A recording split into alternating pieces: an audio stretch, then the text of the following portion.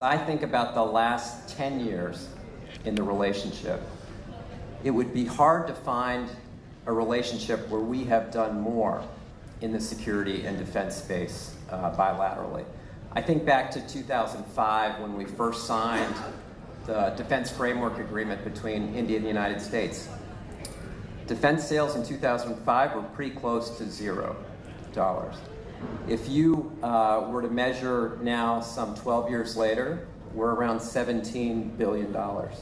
We've become the leading supplier of defense equipment to India in the last few years.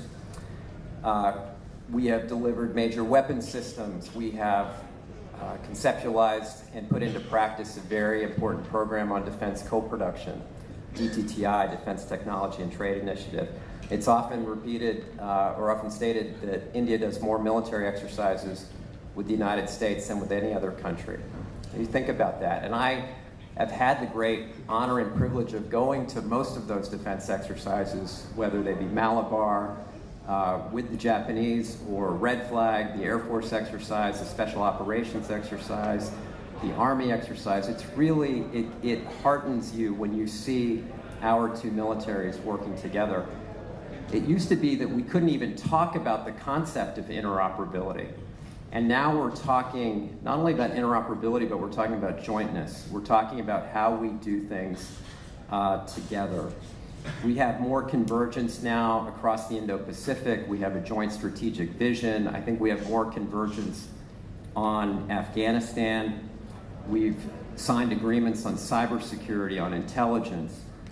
And last year, India was designated a major defense partner of the United States, something we don't have with any other nation. And because we don't have a treaty alliance with India, major defense partner is really important because it says we're going to treat India as if it were a closest ally and partner for purposes of technology transfer. So we have come so far in a very short period of time. The question is, where do we go from here? And what does it mean to be a major defense partner? And you mentioned the task force report, which I will shamelessly plug here, which is the Center for American Progress Task Force that I had the privilege of co-chairing with former Indian Foreign Secretary Ambassador Rao. Now, one thing we said, if you're looking for the next phase of the relationship and the next chapter in U.S.-India relations, then I think it's time to think ambitious and think big. And we came up with this concept of strategic advantage, creating a strategic advantage between the U.S. and India across the Indo-Pacific. Now, that's not current U.S. policy. And so it would be a big change. And I know this panel is about ensuring India has a strategic edge, but we need to make sure in Washington that actually becomes part of our policy.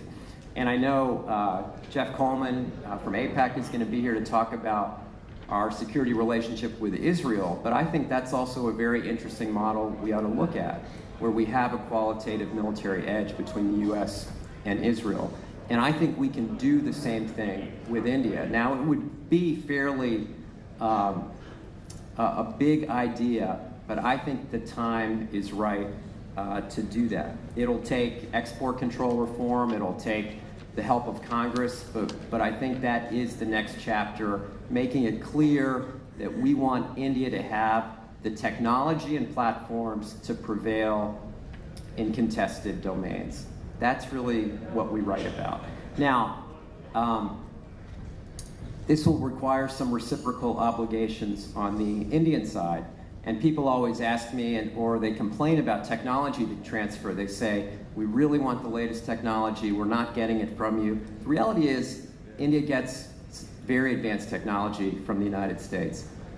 But part of the technology decisions are not just, will India be a good steward of the technology? Part of the question is, why should we give the technology? Why should we give the technology? What kind of burden sharing or information sharing will India do or provide in the context of this advanced technology? And so I do think It would be interesting now to go to that next level. We went from not being able to talk about interoperability, now talking about jointness. We come up with an idea in our report to create a joint humanitarian and disaster response cell, for example, for the Indo-Pacific. That's something where India has enormous capabilities. We have incredible capabilities where we could really serve humanity during times of crises and disasters. That's something that would show some degree of burden sharing. We talk about finally getting the information sharing or so-called foundational agreements behind us, and also improving the Indian defense procurement process.